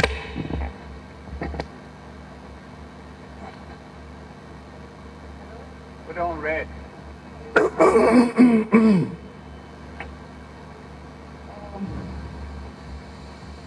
Former Director of Police Wilfred Clark, former Minister. I like that. Former everything. Yeah. Deputy Minister of State. Cadet. My name is Commissioner Pearl Brown in this capacity, as I sit and have to put on my dark shades because you're one of those who I know very well, because when you were on the stage or action, somehow we met, because they consider someone like me to be one of the old girls. I see that you've, for 35 years, you've been in the police doing security work, because when you started 1962 to 2006, but we took out 13 years, 1990 to 2003, although I'm aware you were doing security work outside at some higher level, in fact, even to the UN, but that's not included. But for Liberia, you've been giving your professional services for 35 years. For someone to be around in this country and still have friends for the kind of job you were performing, history will judge you, and you can be judged mostly in your professional career. I just want to make some clarification, because everything we've done here has been recorded. You said that you became director of SSS 1970. It was 1971, because Totman died July 1971 and Torbo took office. So it was when Torbo took office, because it's being recorded, and for those who are not around and who will be writing the books and don't know what it is and will write it like that from what they heard, would like to correct that. Thank you for the correction. Also, taking into consideration your professional duty and the fealty oath, which you take the oath of secrecy, for which, because of your job, certain things supposed to be kept secret for X number of years, we may not ask you these questions, but we need your information in camera. So we expect to call you again, and we hope that you can give us information that will not undermine the security of the state. because whether certain things were done in the past is still, if revealed, can still undermine the security of the state, because Liberia is not isolated. Thank you. You serve under various Minister of Justice. You serve under Minister of Justice during the three-party era, because you are still a police. You also serve under the Doe era. And you just gave us some explanation about Jenkins Scott and the role he played. Many people who are here now listening and will read did not know, were not there to know his role he played. We invited him, but he came here the first day, and I who know him very well, because I had interaction with all of y'all in the security. There were times I had to come there and say, if y'all want to arrest me to the Broadway checkpoint, arrest me, come in here and raise the devil with y'all. Don't tell your people to stop my car and tell me get outside to walk. Car will not walk. They can shoot the car. So I'm sure y'all had interaction with me. And if you don't feel comfortable for me sitting here to ask questions, you can tell me that too, and I will recuse myself. But if you feel that you can trust my integrity in my judgment, I may proceed. The two persons on that commission there, you and my neighbor there. Yeah, I look outside my room window, I see your in your kitchen. So, and you, like you say, you know, my mama, don't let us go down that road. Yeah. Only thing, I will not answer anything that will impinge upon the security of the state. I'm very aware of that. Yeah, and you know that. I should be aware of that. You, from your husband. From the background from which y'all who in security will know. People might know only about political and legal, but you're from the security, at least you've interacted with me. I won't. And that's why I laid a premise for the future oath. I would like for you, if you can, if you come in camera, because what I was seeing with Jenkins Scott, when he came here the first day, I spoke to him, he even recognized me. And he said, I even know my children and my wife. So then I concluded my own thing here then that he was not capable to stand for us to ask him questions, because there are many things that happened during his era. But I think history judging him already by the deeds he's done. And so no need to call him here, because if he doesn't know me, doesn't know his wife and children name, he would not remember anything, because people have been coming here and having selective amnesia anyway.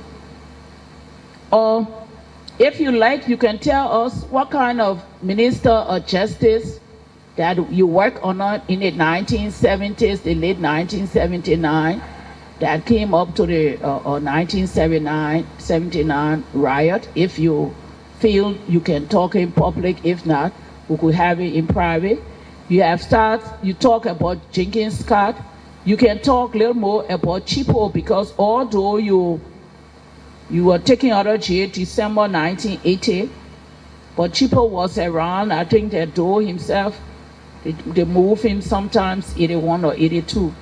In terms of the kind of instructions, the directives they were giving.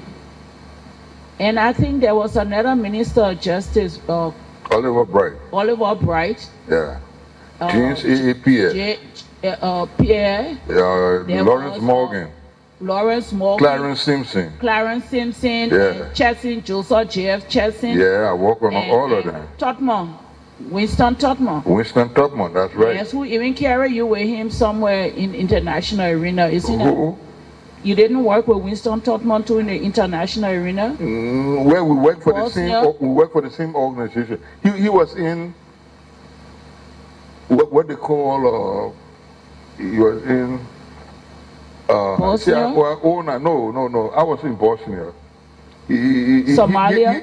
He and Jack Klein were in a part of the Balkans that was under 3 countries. They were under Croatia, Serbia, and Bosnia. Yeah. You know, No, not Yugoslavia. They were in a part, and the capital of that place was Vukovar. The capital of that place. Kosovo. I can't remember the name right now, but they were in that area there because it was very very delicate area. You know, for them to have three countries vying for control, and so the UN established a mandate where they were the de facto power. They were operating, running that part of the Balkans. And I was in Sarajevo during that time, and then I went to the Congo.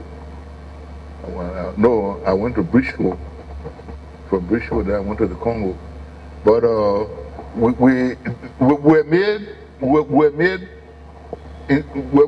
commissioned the same day. We're appointed the same day.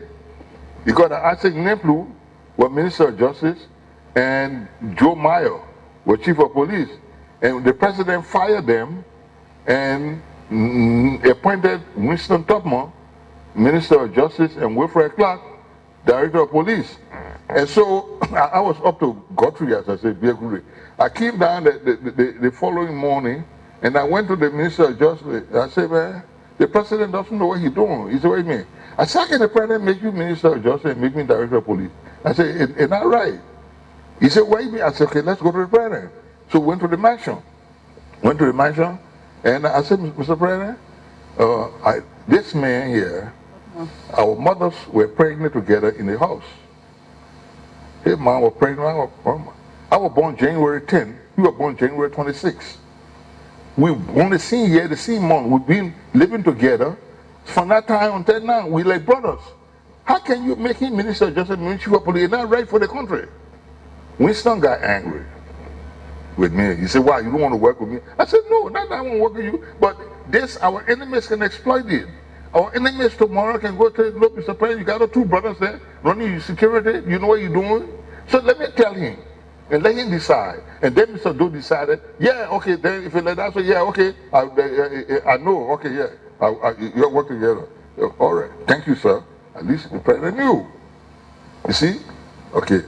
So that's the way that me. I like to be on, I'm not perfect, but I try to be on the professional side of things because I don't want tomorrow somebody come and say, I'm going to be able to vindicate myself. You see? Okay. Oliver Bright was Minister of Justice during the April 14 race riots. Oliver was the Minister of Justice during the April 14 race riots. And he was one of those that fell victim of the Barnell Commission.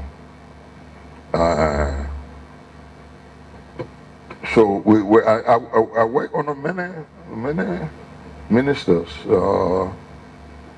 Church people, I don't work on a church people. Church people put me in jail.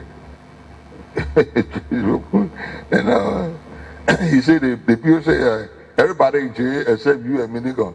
I said, but because everybody in jail, so you can put me and Minigon. You suppose we don't deserve going to jail, you know. So you get order. We left from that straight. We had left our family home. They were expecting us to come home. They took us from Ministry of Justice straight to Post Target. Me and Pat. So, but I don't have any ill feelings against anybody. I'm a God-fearing man. God has blessed me. Blessed me. I'm not an invalid. I'm not sick. Nothing. After all the things that I've been through, the trials and the tribulation, I can still laugh and joke about it. You know, it's an experience.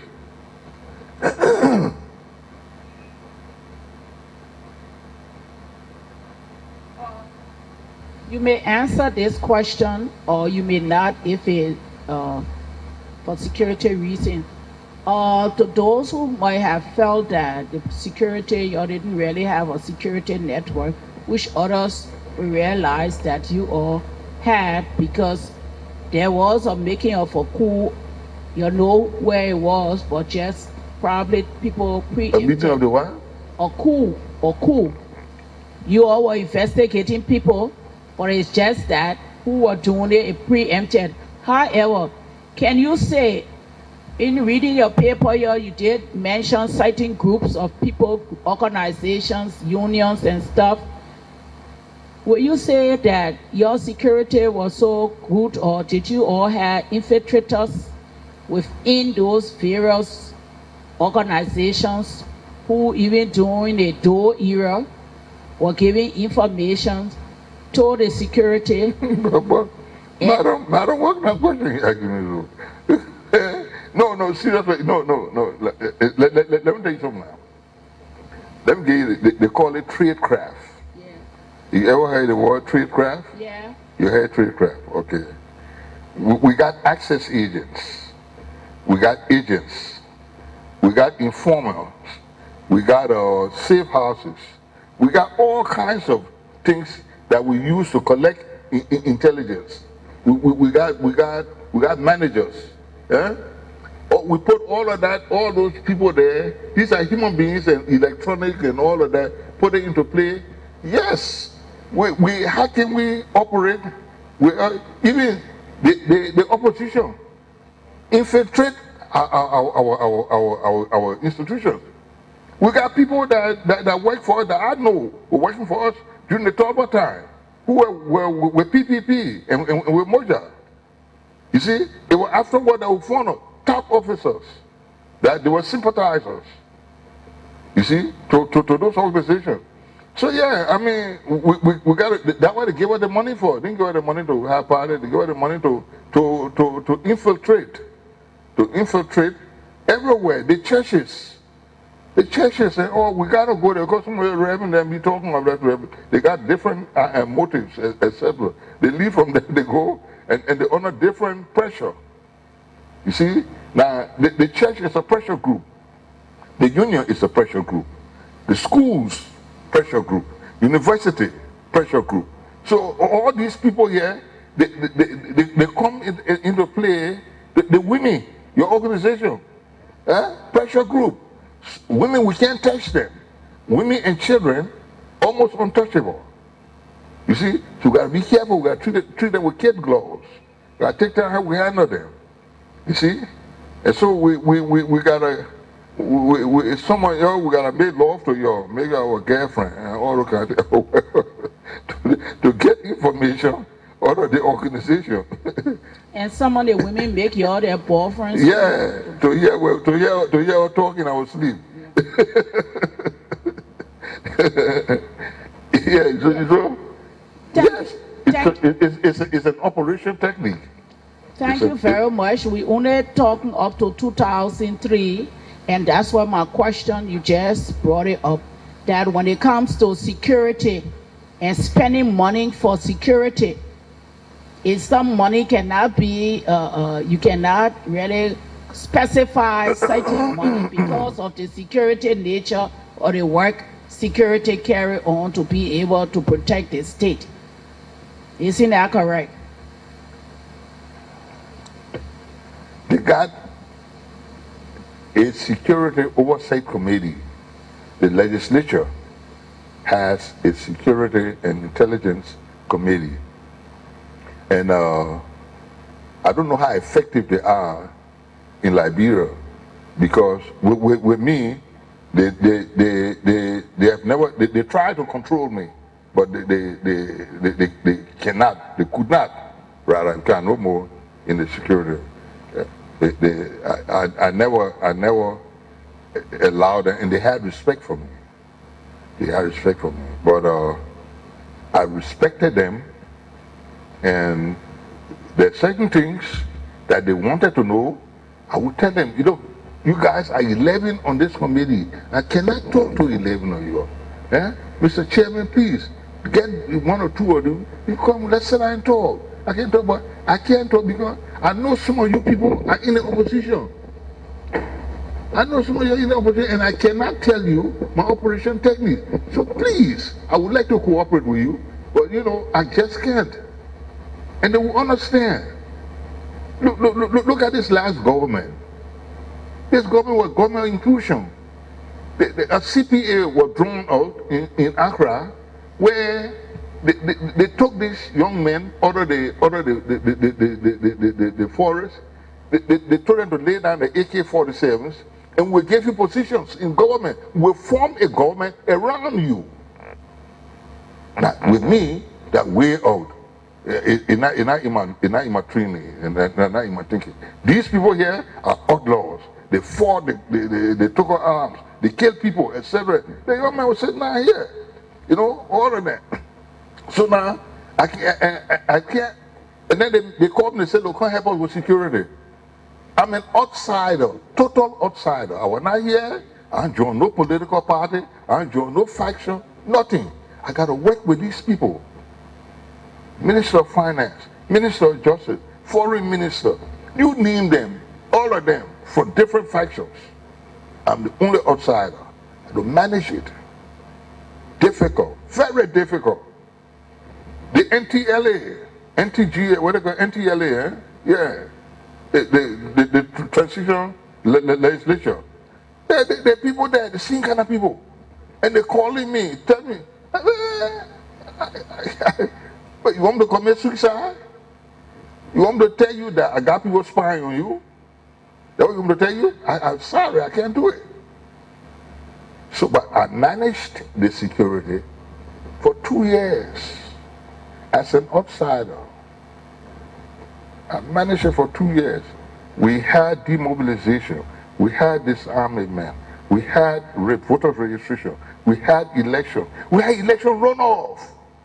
All with up 1 day postponement. Serious. Not play. I work with all of them. I work with Lloyd. I work with Modell. I work with everybody. Some days we fought. We didn't fight physical, but they cost me. I cost them. I said, I mean, we didn't fight for about. We raised everyone and we speak and all that. I had a job to do. And I had to choose a team that could work with me that were neutral also. The only interest they had was Liberia, the law. That was the only interest they had. And we did it. And so we do work with the United Nations, work with the UN. That's our partner.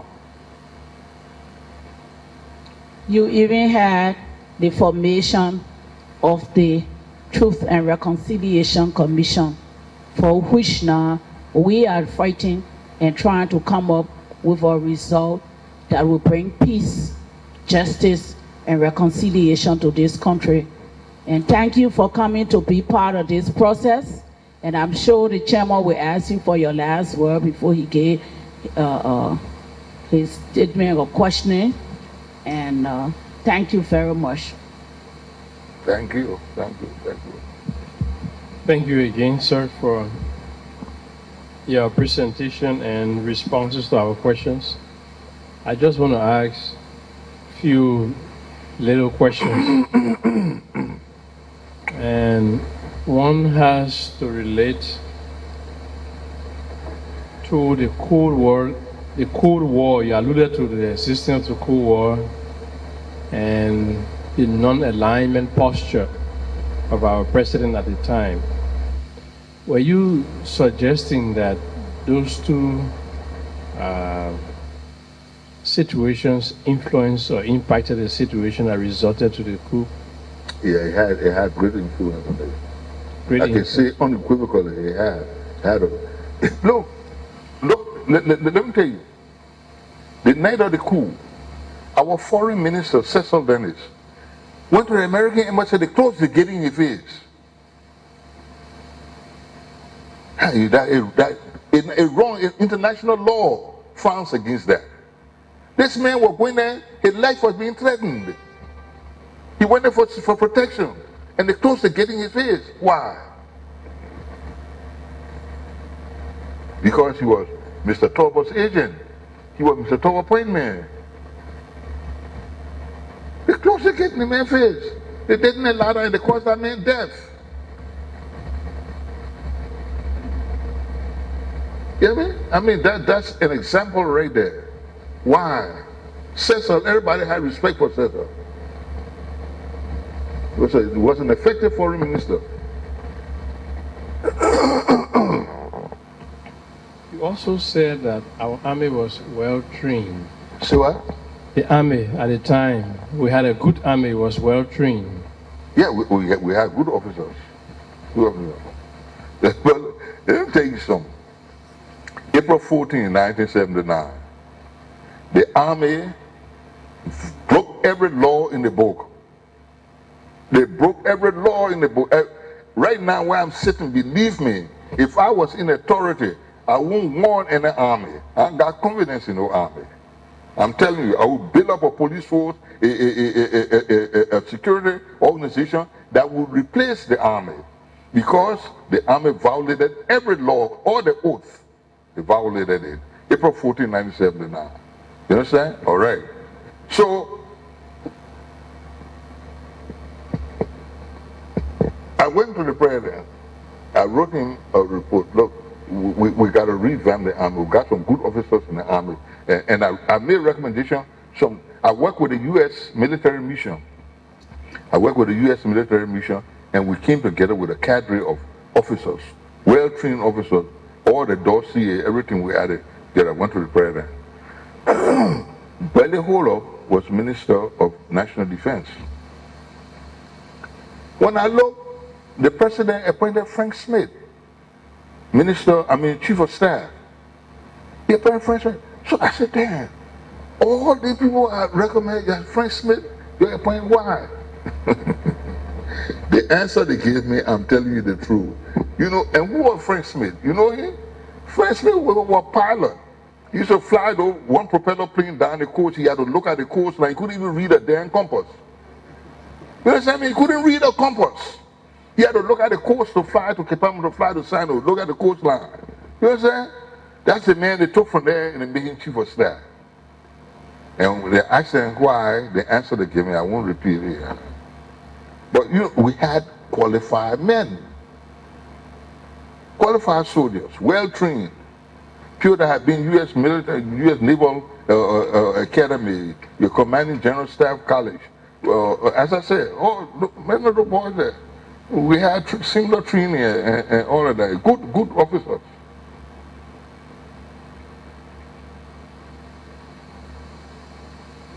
And the army was trained by which government? The U.S. government? Yes, America. Like now things change, and something that I argue about when I could. The Liberian police and the Liberian army have always been American trained. Security, Israel. Now things have changed. See, now we got United Nations people, we got all kind of people in here. I'm not criticizing them, but you know, it's something that I'm not used to. You know, Yeah. I'm not used to it. So it may be a good, maybe not good, but as far as I know, I'm a protege of the Israeli Secret Service and the American police, American law enforcement, and it served me well. It served the officers to work with well.